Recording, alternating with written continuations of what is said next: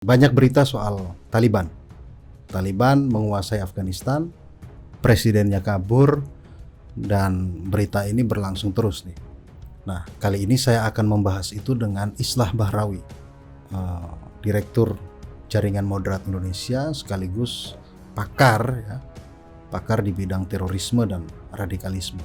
Kita akan bahas Taliban dari sisi apa saja. Pertama, kita akan bahas sebenarnya gerakan Taliban ini seperti apa, karena jujur saja pasti banyak yang belum tahu, belum ngeh soal apa itu Taliban sampai rame-rame dia belakangan ini. Padahal dia sudah eksis sejak lama, 20 tahun dia bergerilya di gunung-gunung, di bukit-bukit di Afghanistan, melawan Amerika, melawan pemerintahan Afghanistan. Dan tiba-tiba sekarang dia mencapai kemenangan itu, menguasai kota Kabul dan tentu menguasai Afghanistan secara keseluruhan.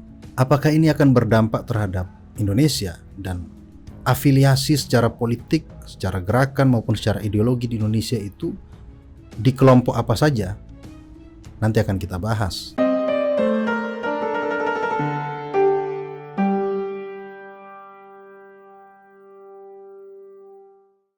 Ini kan lagi rame soal kemenangan Taliban di Afghanistan ya. Iya. Kalau saya memang sudah sekedar tahu saja soal Taliban, kelompok Taliban ini sudah sejak lama. Pertama kali saya tahu itu dari film Rambo dulu. Ya. Kita nonton film Rambo, Sylvester Stallone. Stallone. Nah, di situ mulai kelihatan dikit lah kelompok Taliban. Dari situ kan kita bisa lihat, oh ternyata ada Amerika di situ dulu, dia lawan Uni Soviet. Nah, tapi kok belakangan berbeda sama Amerika ya, dia tetap di gurun, di goa, di bukit-bukit, sementara Amerika dengan pemerintahan Afghanistan yang kemarin lari itu. Coba Mas, bisa dulu diceritakan ke kita ini, mungkin juga teman-teman yang beda generasi itu kan nggak tahu, tiba-tiba kemudian mendapatkan surprise rame soal Taliban. Hampir saya pikir selama ini kan kita nggak pernah tahu nih, kita lagi sibuk soal pandemi apa segala macam, tiba-tiba rame soal Taliban. Sebenarnya Taliban ini apa dia, barang apa dia sebenarnya? Iya. Taliban ini kan sebenarnya muncul kemudian ya. Pada awalnya ini kan dimulai dari Perang Dingin ketika Amerika dengan Uni Soviet itu bertarung dan menjadi satu titik kunci di wilayah Asia Tengah dan Asia Selatan ketika pemerintahan Najibullah di Afghanistan itu dikuasai oleh Uni Soviet. Di masa itu kan Perang Dingin memang Perang Dingin itu lagi panas-panasnya. Perang dingin tapi lagi panas. Nah, Amerika tentu saja tidak mau ada simpul politik di Asia Tengah dan Asia Selatan ini dikuasai oleh Uni Soviet. Lalu ada 3 negara terlibat di dalam satu kekuatan besar untuk meruntuhkan kekuasaan Najibullah dan mengusir Uni Soviet dari Afghanistan. Ada 3 negara, Amerika, Arab Saudi, dan Pakistan. Mereka berbagi peran untuk melakukan importasi, mendatangkan pejuang-pejuang supaya bagaimana caranya Najibullah tumbang, dan kemudian kelompok-kelompok pejuang dari berbagai negara ini digunakan kekuatannya untuk mengusir tentara Uni Soviet yang ada di Afghanistan, termasuk tentaranya Afghanistan di bawah Najibullah. Jadi Amerika kemudian memberikan pelatihan militer terhadap pejuang-pejuang dari berbagai negara, termasuk Indonesia yang mengirimkan, dari Filipina, dari Thailand Selatan, dari beberapa negara-negara dengan populasi Muslim, mengirimkan semua pejuangnya ke sana. Dan ini sangat dimungkinkan karena musuhnya ini orang yang nggak percaya Tuhan. Jadi betul-betul bumbu agama di situ sangat kental. Makanya mereka menganggap sebagai pejuang.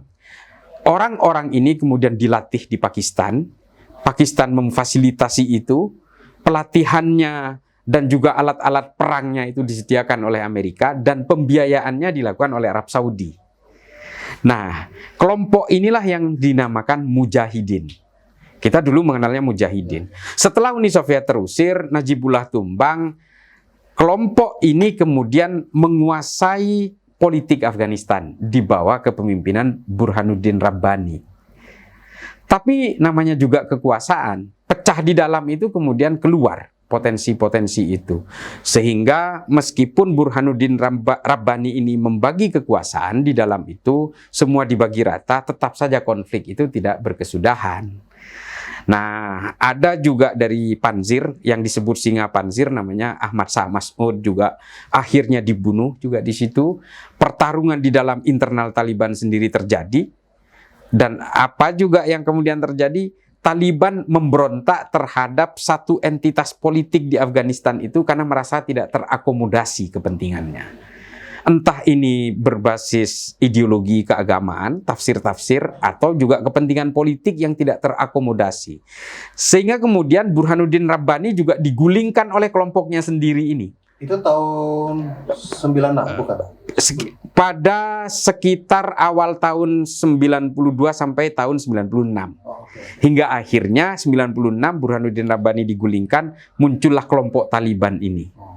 Satu kesalahan yang membuat kemudian bentukan Amerika ini menjadi pengkhianat terhadap Amerika sendiri karena mereka itu melindungi Al-Qaeda di situ. Al-Qaeda itu embrionya lahir dari sini. Nah, Taliban berkuasa secara politik di Afghanistan dari tahun 96 hingga 2001, kurang lebih 5 tahun. Di situ Osama bin Laden dilindungi. Sebenarnya Osama bin Laden tidak menetap di situ. Mereka Osama pada waktu itu juga lari kemana-mana, tapi base-nya tetap ada di Afghanistan.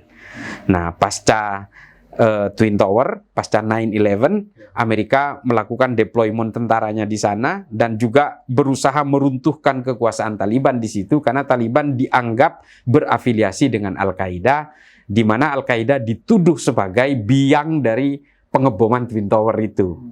Sejak saat itulah Taliban dan Amerika ini mulai adu pantat karena ada Taliban, ada Al-Qaeda di tengah-tengah yang dianggap oleh Amerika. Pada waktu itu Presiden Bush berbicara, siapa yang berada di pihak Al-Qaeda adalah musuh saya, dan kalian yang tidak berada dengan Al-Qaeda itu adalah teman saya, kurang lebih seperti itu. Nah, sejak saat itulah Taliban diruntuhkan oleh tentara Amerika yang dideployment, dan Bagram Air Base itu terbentuk pada saat itu 2001, dan kemudian Amerika membentuk satu boneka politik di Afghanistan yang kemudian dipimpin oleh Hamid Karzai itu. Nah, ini awal mulanya Taliban di situ. Nah, selama kekuasaan Taliban pada tahun 96 hingga 2001 itu memang menjadi petaka di situ. 96 sampai 2001. Iya, kurang lebih 5 tahun ini menjadi petaka karena mereka menggunakan hukum syariah Islam yang ketat, hukum hudud yang ketat, sehingga kehidupan masyarakat di sana dari yang tadinya moderat, orang Afghanistan ini dulunya moderat, dipaksa untuk mentaati dan mematuhi hukum negara yang tiba-tiba langsung dikonversi menjadi hukum syariah yang ketat. Ini kemudian menjadi suatu konflik komunal dan resistensi yang luar biasa ketika itu, dan menjadi efek traumatik sampai sekarang. Jadi Taliban itu bagi masyarakat, sebagian masyarakat Afghanistan itu identik dengan traumatik itu tadi. 96 ya? 96 itu.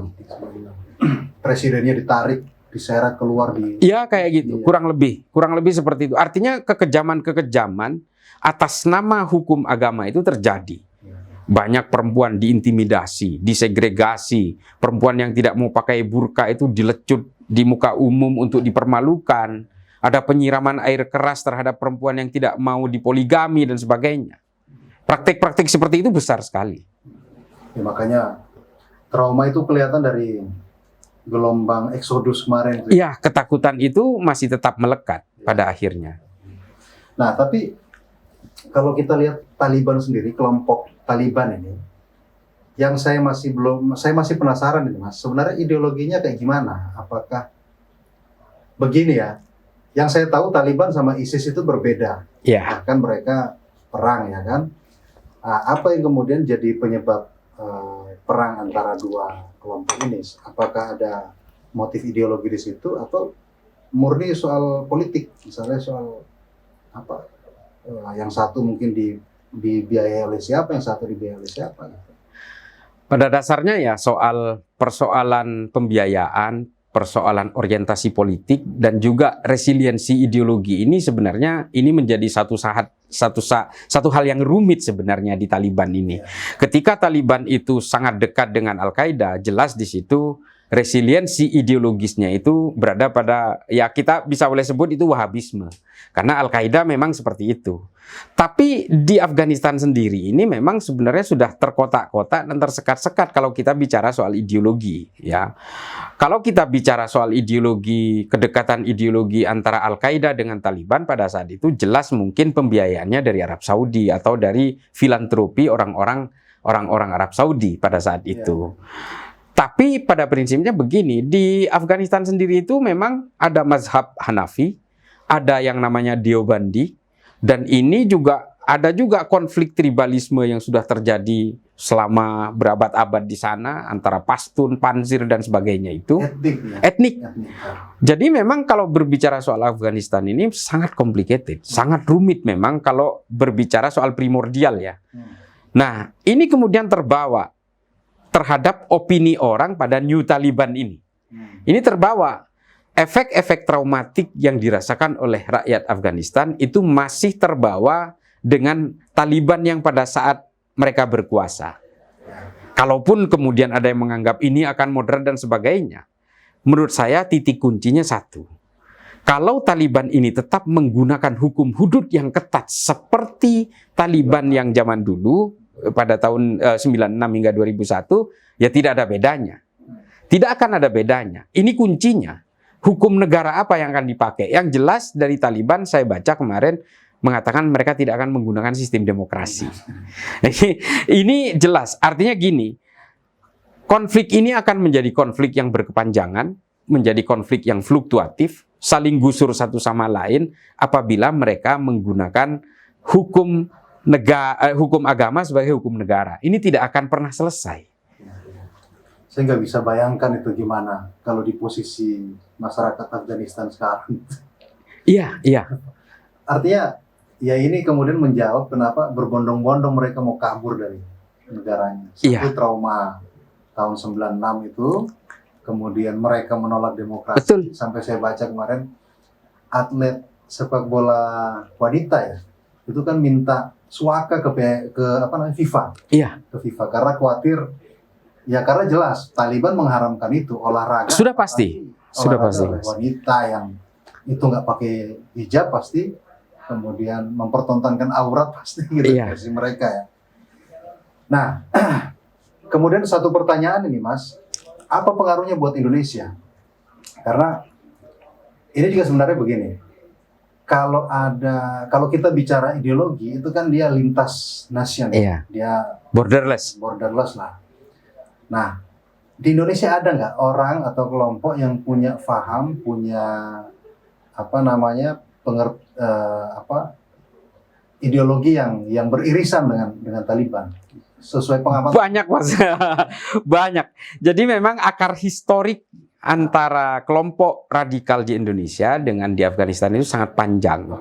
Jadi dulu itu NII, ada suatu organisasi di bawah NII itu namanya Darul Islam. Itu memang mengirimkan banyak anggotanya untuk berlatih di Afghanistan, berlatih kemiliteran. Ini kan NII ini kan pemberontak, ingin selalu berpisah, ingin mendirikan negara Islam di Indonesia. Tapi kemudian ada satu perpecahan di dalam Darul Islam itu karena persoalan tafsir. Salah satunya Abdullah Sungkar waktu itu tidak mau berada di dalam Darul Islam. Abdullah Sungkar tidak suka ada praktek-praktek klinik di dalam Darul Islam. Hingga akhirnya dia membangun organisasi sendiri yang namanya Jamaah Islamiyah. Oh, Jamaah Islamiyah itu embrionya? Embrionya dari Darul Islam, dari NII. Dia terinspirasi organisasi Jamaah Islamiyah di Mesir. Mereka mengagumi itu. Lalu dia membentuk organisasi yang namanya Jamaah Islamiyah juga. Bersama Abu Bakar Ba'asyir. Dia membuat konsep Jamaah Islamiyah itu menjadi beberapa mantiki. Mantiki itu adalah semacam governorat, kegubernuran lah, tapi lintas negara. Mantiki 1 itu Malaysia, Singapura. Mantiki 2 itu Malaysia Timur dan Filipina. Mantiki 3 itu ya Indonesia ini. Nah, mereka membentuk itu dan tetap mengirimkan anggotanya secara berkala ke Afghanistan untuk berlatih militer itu. Jadi latihannya di Afghanistan. Latihannya di Afghanistan. Perang benerannya di Di Indonesia. Indonesia. Nah, itu dimulai oleh JI tahun 92. Berdirinya JI itu 92, Mas. 92. Mereka mengirim sampai 4 angkatan. Iya, iya. Dikirim ke sana secara berkala untuk melatih itu.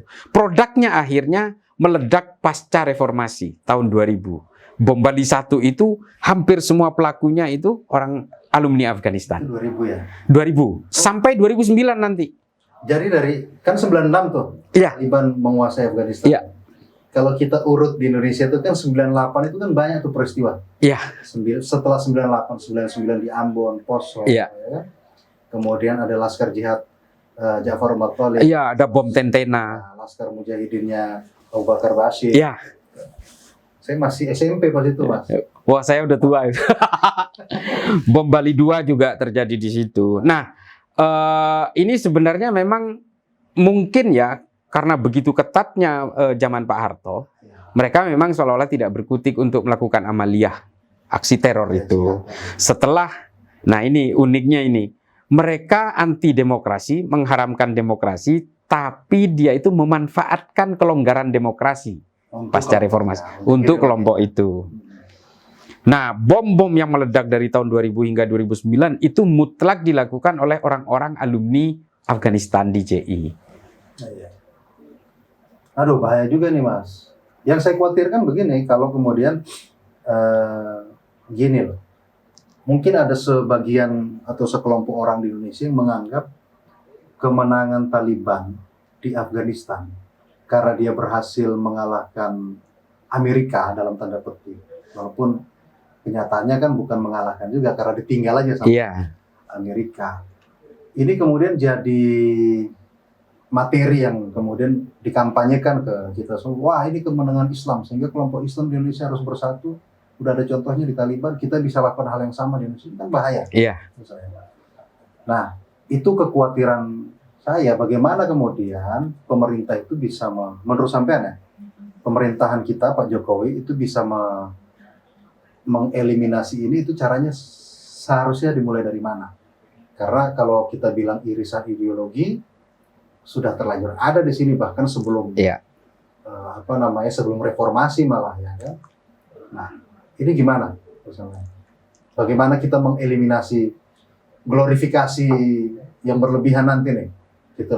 Kan banyak pihak yang apalagi ini, Mas, kalau kita lihat di YouTube banyak yang mengkaitkan kemudian ini dengan pasukannya Imam Mahdi. Ya. Ada saya baca itu, saya nonton. Ini cikal bakal nih, pasukan Imam Mahdi itu lahir dari Afghanistan. Iya, karena ada hadis yang diyakini oleh mereka itu pasukan dari Khurasan dari timur itu memang nanti yang akan menjadi cikal bakal Imam Mahdi. Nah, maksud saya gimana ya caranya supaya ini tidak membesar di Indonesia? Kita ini kan sudah terlanjur nyaman dengan sistem pemerintahan, sistem politik kita yang demokratis sekarang ini. Kalau kemudian ada anasir-anasir anasir dari Afghanistan, Taliban yang masuk dan itu diyakini sebagai sesuatu yang harus ditiru, yang harus dicontoh, ini kan bahaya. Iya. Menurut sampean Pak Jokowi harus melakukan apa nih? Ya, sebelum kita ke arah sana ya. Jadi dulu itu ada satu hal yang memang amat kita sayangkan. Di zaman Pak Harto itu, orang berangkat ke Afghanistan itu justru dibiayai oleh pemerintah. Ini memang semacam strateginya Pak Harto. Kalian daripada bikin rusuh di sini, udah deh, gue berangkatin aja gitu. Kurang lebih gitu. Kita biayai. Yang penting lu nggak bikin rusuh di sini, lu udah ke Afghanistan lah, peranglah di sana gitu. Tapi ternyata memang menjadi suatu persoalan ketika mereka kembali ke sini. Dan mereka bukan hanya membawa keahlian, Mas Tegar. Mereka membawa ideologi juga. Ini yang kemudian menjadi residu di dalam kehidupan masyarakat kita. Ya, ini menjadi residu dan itu terjadi sampai sekarang. Apa yang dilakukan oleh pemerintah waktu itu sebelum ke Pak Jokowi ya, membentuk Satgas Bom. Kita waktu ada bom yang meledak di mana-mana itu, polisi sendiri itu kebingungan, apaan ini? Kelabakan ini. Waduh, kok tiba-tiba ada meledak bom di Bali, tiba-tiba Marriott, JW Marriott, ada Ritz-Carlton, bom Tentena, malam Natal. Ledakan itu terjadi, bingung polisi. Akhirnya dibentuklah satu satgas bom, ini cikal bakalnya Densus 88. Nah, upaya-upaya waktu itu memang hanya bersifat represif, mengurai jaringan dan melakukan penangkapan-penangkapan. Konsep preventif dan preemptif itu belum ada waktu itu, karena memang bersih-bersih. Ironisnya ya, pada masa periodenya Pak SBY, kelompok-kelompok kanan yang beririsan dengan kelompok-kelompok militan ini seolah-olah dirawat untuk kepentingan politik elektoral. Di situ timbulnya organisasi seperti HTI, FPI di situ juga mengemuka. Kelompok-kelompok ini kemudian seolah-olah mendapatkan surganya di situ. Nah, masa ini kemudian berpindah ke tangan masa periode Pak Jokowi. Inilah cuci piringnya di sini. Tapi kemudian mungkin ya pemerintah juga punya pikiran, kalau penindakan ini selalu dilakukan di hilir, hanya nangkep-nangkep terus, tapi reproduksi dari hulu selalu terjadi dari masyarakat, maka ini tidak akan ada habisnya. Makanya Densus 88, BNPT itu mulai melakukan operasi besar untuk berupaya melakukan tindakan preemptif dan juga preventif dari masyarakat. Masyarakat sebagai sasaran utama kelompok-kelompok ini, baik rekrutmen, pelatihan dan sebagainya, ini kan selama itu kan tidak ada resistensi. Nah, periode Pak Jokowi ini seolah-olah memang, bukan seolah-olah, lebih menekankan, sudahlah kita cegah. Bagaimana caranya supaya kelompok ini ada resistensi dari masyarakat, sehingga kelompok ini tidak melakukan reproduksi secara terus-menerus. Undang-undang kemudian dibuat beberapa, hingga terakhir kemarin Perpres nomor 7 itu lebih mengutamakan pencegahan. Kalau setahu saya di Densus sendiri memang pada akhirnya ini memang kita selalu mengeluarkan biaya besar, mental besar, operasi besar, kalau memang hanya nangkep aja. Kita itu akhirnya cuma identik dengan tukang tangkap, tukang nembak, tukang ngebunuh teroris, tapi pembinaannya tidak ada. Pencegahan di masyarakat juga tidak ada. Nah, ini harus ada social deployment dari masyarakat untuk memulihkan dengan cara apa? Moderasi agama. Kurang lebih seperti itu. Pola-pola toleransi, gotong royong dan sebagainya itu dibentuk, harus hidup lagi. Nah, inilah yang sekarang ini sepertinya memang sedang dilakukan, tapi yang tetap menjadi fokus utama dari Taliban yang sekarang bangkit di Afghanistan ini memang kemudian resiliensi ideologi yang sudah terlanjur mengekstraksi di dalam kelompok-kelompok radikal ini memang harus menjadi fokus perhatian. Dan itu masih banyak di negara kita. Ada Jamaah Islamiyah, belum lagi kalau kita bicara Jamaah Ansarus Syariah dan sebagainya. Ini banyak sekali. Nah, ini harus menjadi fokus perhatian utama dari penegak hukum, sembari juga membangun resistensi dari masyarakat untuk menolak kelompok-kelompok yang lebih radikal ini. Apalagi ini Mas, yang dibawa-bawa ini Islam. Ya, itu dia. Ini paling sulit. Paling sulit. Politisasi agama, politik identitas, ini memang selalu jadi hantu dan selalu menjadi trigger konflik di Afrika, dimanapun. Termasuk di Amerika Selatan. Ya, kampanye sampean kan Mas Islah dengan jaringan moderat Indonesia itu kan selalu bilang stop politisasi agama. Iya. Nah, sementara yang terjadi di Afghanistan itu kan sebaliknya, agama kemudian dipolitisasi. Padahal walaupun menurut pendapat saya ya, itu bukan agama sebenarnya. Kopi Mas. Iya. Ini kan perjuangan etnik aja sebenarnya. Iya. Etnik Pashtun yang kebetulan mereka punya kesamaan dari sisi mazhabnya, ya, kemudian jadi gerakan gitu loh. Tapi yang mengemuka seolah-olah soal ideologi agamanya gitu. Nah, ini saya pikir juga harus di Indonesia ini, masyarakat Indonesia ini juga harus diedukasi bahwa apa yang terjadi di Taliban itu berbeda dengan konteks di Indonesia. Kalau di sana mungkin itu bisa laku ya, tanda petik, karena konflik antar etnik di sana juga tajam sekali. Sementara di kita ya bagaimanapun semua etnik punya kesempatan yang sama kan, dilindungi oleh konstitusi.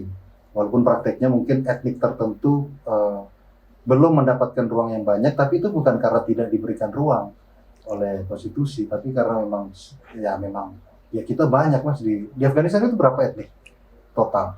Banyak sekali. Saya pernah baca itu sampai 27 sampai yang terkecil-kecil ya. Tapi kalau yang besar cuma 4 kan. 4 kan? Iya. Kalau di kita aja udah, yang besarnya berapa yang kecil? Wah, kita itu udah ratusan. Belum bahasanya. Belum bahasanya. Saya pikir itu jadi peluang kita lah. Nah, ini lagi Mas.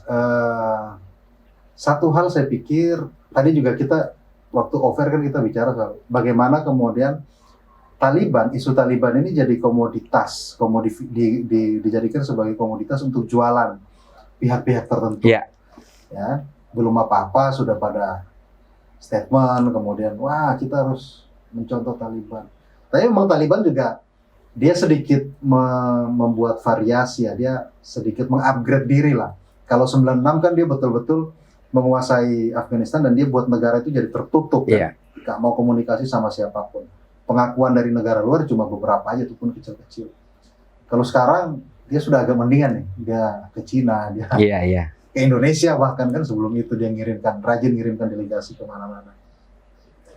Nah, apakah menurut Mas Islan ya, Taliban ini kan gerakan yang sifatnya regional di Afghanistan aja.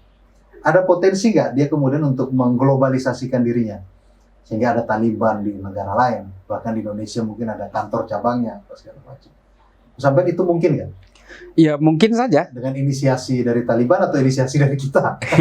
Mungkin saja. Ini menjadi suatu persoalan ya. Memang setiap terjadi insurgensi di suatu negara dan kemudian terjadi peralihan kekuasaan, mereka memang seolah berusaha menjadi bermanis-manis gitu. Seolah-olah dia moderat, terbuka, inklusif dan sebagainya. Ini lumrah, ini biasa karena mereka butuh pengakuan kan. Tapi menurut saya kuncinya bukan hanya di situ. Jangan mentang-mentang Taliban itu mengundang Cina untuk menjadi investor segala macam, itu bukan ukurannya. Ukurannya adalah bagaimana Taliban itu bisa menjamin kepada rakyatnya sendiri untuk menjamin kenyamanan, keamanan, dan keterbukaan. Inklusif itu justru kepada rakyatnya. Dan satu titik kunci yang paling utama menurut saya, kalau Taliban ini tetap menggunakan hukum agama seperti yang dilakukan oleh Taliban pada 20 tahun lalu, sebagai hukum negara, maka itu akan sama saja. Ini yang paling ditakuti oleh rakyat Afghanistan pada saat ini, yaitu terlepas kalau mereka menggunakan hukum yang lebih inklusif terhadap hubungan internasional, multilateral, bilateral dan sebagainya. Ini bukan ukuran. Tapi sebesar apa mereka itu bisa menjamin. Tapi kalau saya lihat ya, ini saya lihat. Kita kan tahu ini, gubernur perempuannya ditangkap, komandan intelijennya juga ditangkap, eksekusi, dan beberapa orang juga dibunuh ketika unjuk rasa. Penggantian bendera, ini sudah mengarah ke sana. Saya terus terang, ya artinya ketika mereka itu sudah terlalu menyepelekan kemanusiaan, menurut saya, ya itu aja ukurannya. Buat kita, pemerintah Indonesia menurut saya tetap stick on point ya terhadap dua kebijakan luar negeri kita, mendukung kemerdekaan Palestina dan mendukung upaya kedamaian di Afghanistan. Dua itu saja. Kalau di Afghanistan tidak terjadi perdamaian, ya menurut saya Indonesia harus berani menolak. Nggak boleh diakui. Nggak boleh diakui. Menurut saya itu, karena kita ya tetap berpegangan kepada itu. Kita nggak ada urusan sama agama. Nggak ada urusan. Meskipun ada beberapa kelompok ketika Taliban menguasai Kabul dan presidennya kabur, ada beberapa organisasi Islam di sini yang langsung menganggap ini kepemimpinan Islam global. Ini adalah Islamic Emirate of Afghanistan, Imarat Islam Afghanistan. Jadi mengglorifikasi itu seolah-olah Taliban ini identik dengan Islam. Itu di luar urusan kita, di luar urusan soal kenegaraan. Kita tetap berpegangan seberapa besar dia menjamin keamanan dan kenyamanan masyarakat Afghanistan. Saya kira itu ukurannya. Dan saya pikir juga penghormatan terhadap hak asasi itu mutlak. Mutlak. Nggak bisa dinafikan. Karena Islam sendiri itu sangat menghargai hak kemanusiaan, hak kedamaian, dan hak untuk tidak anti terhadap perbedaan. Itu basisnya Islam di situ. Ya, saya kira ya pemerintah kita sekarang mungkin dilemanya di situ. Satu sisi ingin segera mengakui dan banyak pihak yang banyak mendorong, menekan Pak Jokowi untuk segera mengakui Afghanistan, Taliban. Cuman kan saya setuju dengan Mas Isla bahwa kalaupun ada pengakuan itu ada prasyarat yang harus dipenuhi. Betul. Betul. Pertama dan utama adalah dia harus mengakui hak-hak manusia, hak-hak asasi manusia. Sistem pemerintahan yang dipakai boleh apa saja, yang penting perempuan dilindungi, masyarakatnya bisa hidup dengan tenang. Betul. Boleh saja mereka tidak menggunakan demokrasi, karena demokrasi juga buatan manusia dengan segala kekurangan dan kelebihannya. Boleh saja mereka menggunakan hukum agama sebagai hukum negara, just in case, sepanjang mereka itu tetap menghargai perbedaan, pluralisme, kemanusiaan, dan perdamaian.